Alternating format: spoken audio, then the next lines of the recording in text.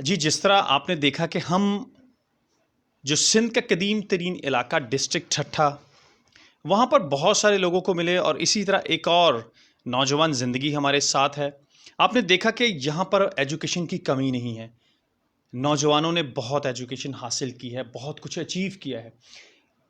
ان میں ان کا اپنا کردار تو بہت زیادہ ہے، لیکن ان کے والدین کا کہنا ہے کہ ہمارا یہ شوق تھا، ہمارا یہ پیغام تھا، ہماری یہ محبت تھی اپنے بچوں کے ساتھ کہ ہم ان کو ہائی ایجوکیشن دلائیں۔ ہمارے ساتھ ایک ایسی نوجوان زندگی موجود ہے، اسٹیفے نام ہے ان کا، اور پاسٹر جان کی یہ بیٹی ہیں، اور ان کی زندگی کے اوپر نظر ڈالتے ہیں، بہت کچھ ان سے پوچھتے ہیں، بہت کچھ ان کی اچیومنٹ ہے، ملک پاکستان سے باہر بھی رہ کر آئی ہیں اور بہت ساری لینگویجز بھی جانتی ہیں۔ بات کرتے ہیں، گڈ ایوننگ اسٹیفی، کیسے ہیں آپ؟ Good evening. کیسا لگ رہا ہے آپ کو؟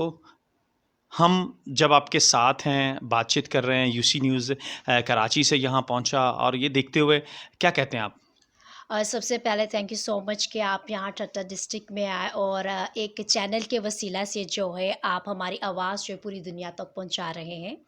آپ کا ہم بہت شکر گزار ہیں، and we are thankful to you so مچ۔ آپ اپنے بارے میں کچھ بتائیں گے؟ کیا ایجوکیشن حاصل کی آپ نے، اور کیا ایک میسج آپ کی زندگی سے جو دوسرے لوگوں تک جائے گا تھرو آف ایجوکیشن؟ ایگزیکٹلی بالکل صحیح کہہ رہے ہیں کہ کیونکہ ہر ایک انسان کی کامیابی کے پیچھے کوئی نہ کوئی وجہ تو ہوتی ہے، کوئی نہ کوئی تو راز ہوتا ہے۔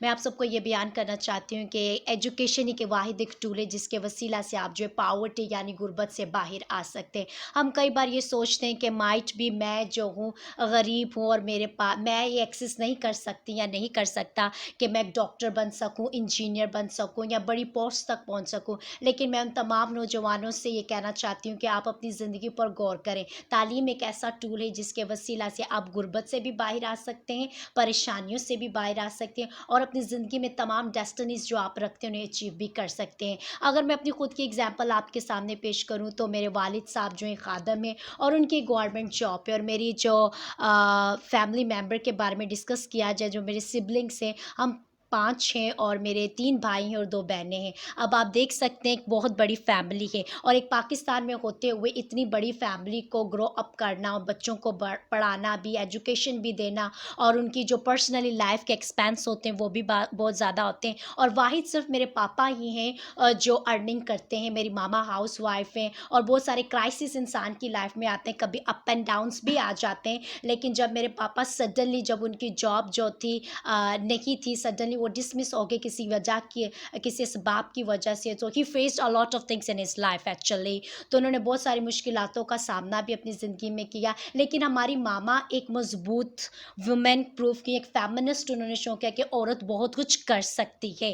تو انہوں نے کیا کیا، ہمیں ایجوکیشن ضرور دلائی۔ کھانا ہم نے کم کھایا نو ڈاؤٹ، لیکن ہم نے چٹنی بھی کھائی، ہم نے آلو بھی کھائے، وہ تمام جو چیزیں پاکستان میں سستی بکتی ہیں ہم نے ان کا بھی ٹیسٹ کیا، لیکن ان کا ٹیسٹ آج ہماری کامیابی میں اتنا بڑا ہے کہ آج ہم ان کو کبھی نہیں بھول سکتے، کیونکہ لازم ہے کہ جب آپ آگے بڑھیں تو آپ تکلیف سہیں، کیونکہ ہم اگزامپل لکھ سکتے ہیں پھولوں کی، جیسے گلاب کا پھول ہوتا ہے، روز فلاور ہوتا ہے، تو اس کے سائڈ پر کانٹے بھی لگے ہوتے ہیں۔ اگر ہم چاہیں کہ ہم اس پھول کو ہاتھ لگائیں تو اس کے لیے لازم ہے کہ ان کانٹوں سے گزر کر اس پھول کو حاصل کریں۔ اسی طرح جب آپ اپنی ڈیسٹنی کو اچیو کرنا چاہتے ہیں، اپنی لائف کے گولز کو اچیو کرنا چاہتے ہیں، تو اس کے لیے ضروری ہے کہ آپ اپنی زندگی میں مشکلاتوں کا سامنا کریں۔ میں مسیح نوجوانوں کو اور تمام پوری دنیا کے نوجوانوں کو یہ میسج دینا چاہتی ہوں کہ جب آپ کی زندگی میں مشکلات آئے، جب آپ کی زندگی میں پریشانی ہے، تو پریشان نہیں ہونا بلکہ ان کا فیس کرنا ہے، کیونکہ جو لوگ فیس کرتے ہیں وہی کامیاب ہوتے ہیں۔ اور یہ میرا کہنا ہے کہ جس طرح ہم نے اپنی زندگی میں مشکلاتوں کا سامنا کیا،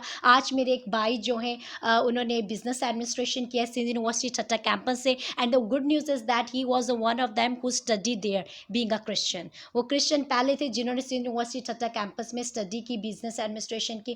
پھر ایک میری سسٹر ہے جنہوں نے کمپیوٹر سائنس کیا، اور اس کے بعد میں آپ سب کے سامنے ہوں۔ میں نے BCS کمپیوٹر سائنس بھی، BCS انگلش کی، پھر اس کے بعد میں نے MA انگلش لٹریچر میں کی، پھر اس کے بعد میں ابراڈ گئی، پھر میں نے وہاں پر بھی فردر اسٹڈی کی۔ میں نے لینگویجز کو بھی اسٹڈی کیا جس میں کورین لینگویج بھی انکلوڈیڈ ہے، اور ہم دیکھ سکتے ہیں کہ اتنی چیزیں میں نے اپنی زندگی میں جو ہے حاصل کی ہیں۔ یہ آسانی کی بات نہیں ہے۔ یہ کیوں آسانی کی بات نہیں؟